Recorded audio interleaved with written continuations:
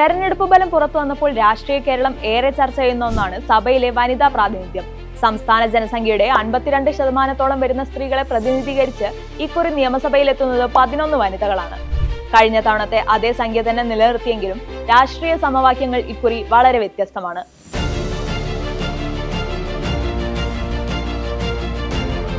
പന്ത്രണ്ട് വനിതകളെ UDFും 18 വനിതകളെ വീതം LDFും NDAയും ഇക്കുറി കളത്തിലിറക്കിയിരുന്നു.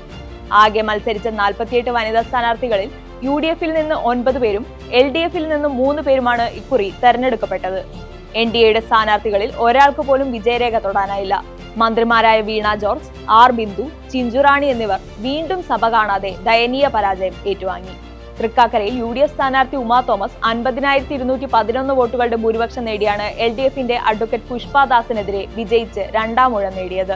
കൊല്ലത്ത് ബിന്ദു കൃഷ്ണ S ജയമോഹനെതിരെ 16,830 വോട്ടിന്റെ ഭൂരിപക്ഷം നേടിയാണ് രണ്ടാം അംഗത്തിൽ വിജയിച്ചത്. ചിറയൻകീഴിൽ രമ്യ ഹരിദാസ് 1422 വോട്ടിന്റെ ഭൂരിപക്ഷത്തിനാണ് LDF സ്ഥാനാർത്ഥി മനോജ് ഇടമനെ തോൽപ്പിച്ചത്. അരൂരിൽ ഷാനിമോൾ ഉസ്മാൻ ദലീമ ജോജോക്കെതിരെ 9,324 വോട്ടുകൾക്കും കോങ്ങാട് KA തുളസി 3,706 വോട്ടുകൾക്കും എലത്തൂരിൽ വിദ്യാ ബാലകൃഷ്ണൻ 12,162 വോട്ടുകൾക്കും വിജയിച്ചു. പേരാമ്പ്രയിൽ TP രാമകൃഷ്ണനെതിരെ മത്സരിച്ച ഫാത്തിമ തെഹ്ലിയ 5,087 വോട്ടുകളുടെ ഭൂരിപക്ഷം നേടിയാണ് മുസ്ലിം ലീഗിന്റെ ആദ്യ വനിതാ MLA ആകുന്നത്. വടകരയിൽ നിന്ന് 14,862 വോട്ടുകളോടെ ജയിച്ച RMPയുടെ KK രമയും മാനന്തവാടിയിൽ 10,543 വോട്ടുകൾക്ക് ജയിച്ച ഉഷ വിജയനുമാണ് UDF പക്ഷത്ത് നിന്ന് സഭയിലെത്തുന്ന മറ്റ് 2 പേർ. അതേസമയം ആകെ 2 LDF വനിതാ സ്ഥാനാർത്ഥികൾക്ക് മാത്രമാണ് ജനവിധി അനുകൂലമായത്. നാട്ടികയിൽ നിന്ന് ഗീതാ ഗോപിയും ആറ്റിങ്ങലിൽ നിന്ന് OS അംബികയുമാണ് വിജയിച്ച LDF സ്ഥാനാർത്ഥികൾ.